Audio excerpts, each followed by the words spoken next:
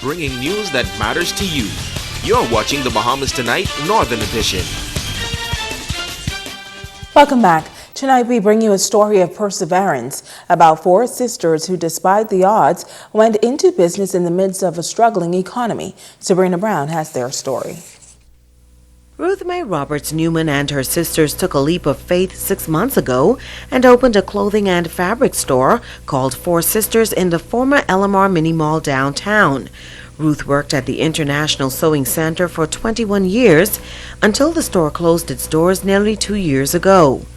But with a strong faith in God, she turned adversity into opportunity. It was something that I always wanted to do. You know, I worked at Sewing Center for 21 years and it was a good opportunity for me, even though that the funds wasn't there, but my sisters came along and made my dream to become reality. She says giving good customer service is their top priority. You have to appreciate your customers. They don't have to shop with you, you know. So we show them all kind of love and attention, and we appreciate our customers. Even if they only spend $1, because of the way how you handle them, that dollar could turn into $1,000. So you have to appreciate every customer. One might be spending a lot of money and one might be spending just a little bit, but you never know when the tides could turn. So we have to appreciate every dollar, every customer that come through our doors. This new entrepreneur has some advice for others who may experience a similar situation. But encourage, like I said earlier, anyone who might have lost their jobs, their job might have closed. Don't be discouraged.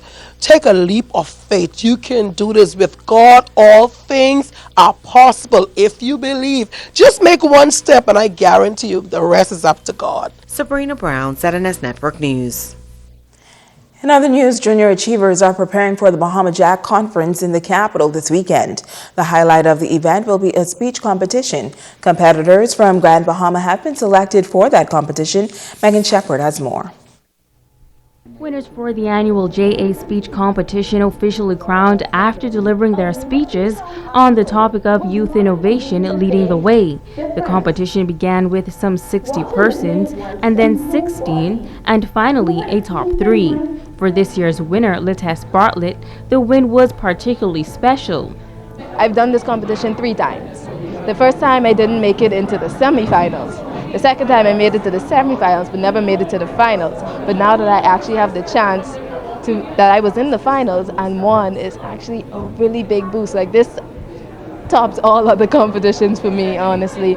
But I'm just so excited that I'm able to represent junior achievement, Grand Bahama, especially in the national competition. And we need to bring that trophy back home to Grand Bahama once again. Bartlett says she was a bit nervous but quickly began to feel comfortable presenting her speech. A lot of students took it from different perspectives, and the way I took it was that youth need the energy to be innovative, to be creative, to think for themselves. And I believe, and I use myself as an example with the obstacles, success isn't a perfectly paved pathway. Okay, you will encounter some difficulties, but I just want to encourage youth that don't mind the naysayers. Do what you are passionate about and don't let anyone stop you. Lauren Ritchie of Lucayan International School placed second and says she put a lot of hard work into her speech. I felt confident when I got up there that the message that I was trying to convey from my speech would be displayed and that the message behind it would be captured by the audience. A lot of what I said was pertaining to not just youth in general, but how we as Bahamians need to create a culture where their creativity and innovation is encouraged, and I think that's very important. Overall, I'm proud of myself because this is my first time ever competing in the speech competition, and to have made it to the finals and then place second overall in Grand Bahama just feels like such a large achievement for me. Third place winner Kiana Knowles is only in the 9th grade and says she feels extremely proud to have held her own in the competition. At first when I got it, I was like, okay, what is youth innovation leading the way? But as I researched and put all my thoughts together, I realized that it's really important topic because now in today's society, our older generation refuse to gracefully transition from their positions of leadership to ones of mentorship. And I think it's really important that we are given a chance, because if we just go into office with no experience, then all would be lost. So I think that it's really important that we are given a chance at an early age. The national competition is set for this weekend in the nation's capital. Megan Shepard, ZNS Network News. Well, Program Manager of JA Grand Bahama, Ron Dame, says that he is extremely proud of the winners of the competition as they prepare to compete in New Providence. He says they are feeling very confident that the trophy will return to Grand Bahama. We would definitely be taking the champion.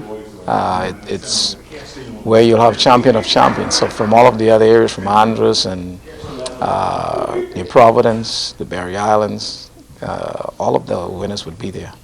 And so we're looking forward to the challenge.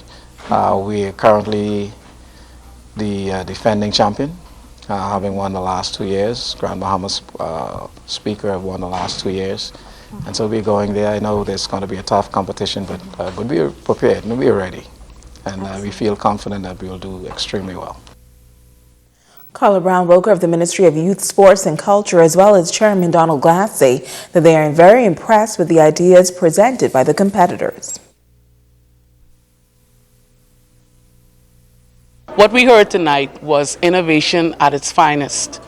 The creativity that these students displayed in writing their speeches and then performing it.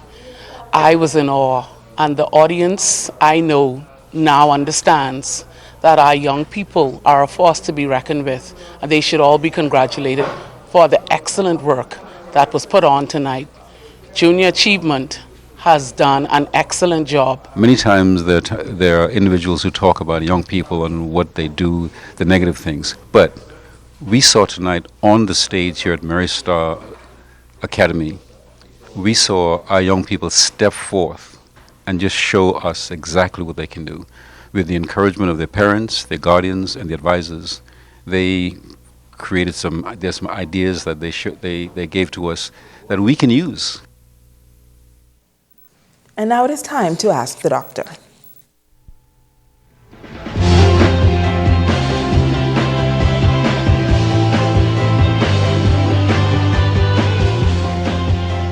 Hi and welcome. Today I will discuss a little more on the flu. There are various things that you can do to prevent getting it. Your best defense against the flu is to receive an annual vaccination. Because the influenza vaccine is not 100% effective, it is also important to take other measures to reduce the spread of the infection, such as washing your hands frequently and containing coughs and sneezes. If you do get the flu, here are some things that you should do. Stay home and rest. Drink lots of fluids. Water and juice are best. Wash your hands often. Taking over-the-counter cough remedies may be helpful, and gargle with warm water if you have a sore throat. If your symptoms are worsening, please see a doctor right away. I'm Dr. Monique Pratt, and this has been Ask the Doctor. Stay with us. We've got our live board of the check on sports when we come back.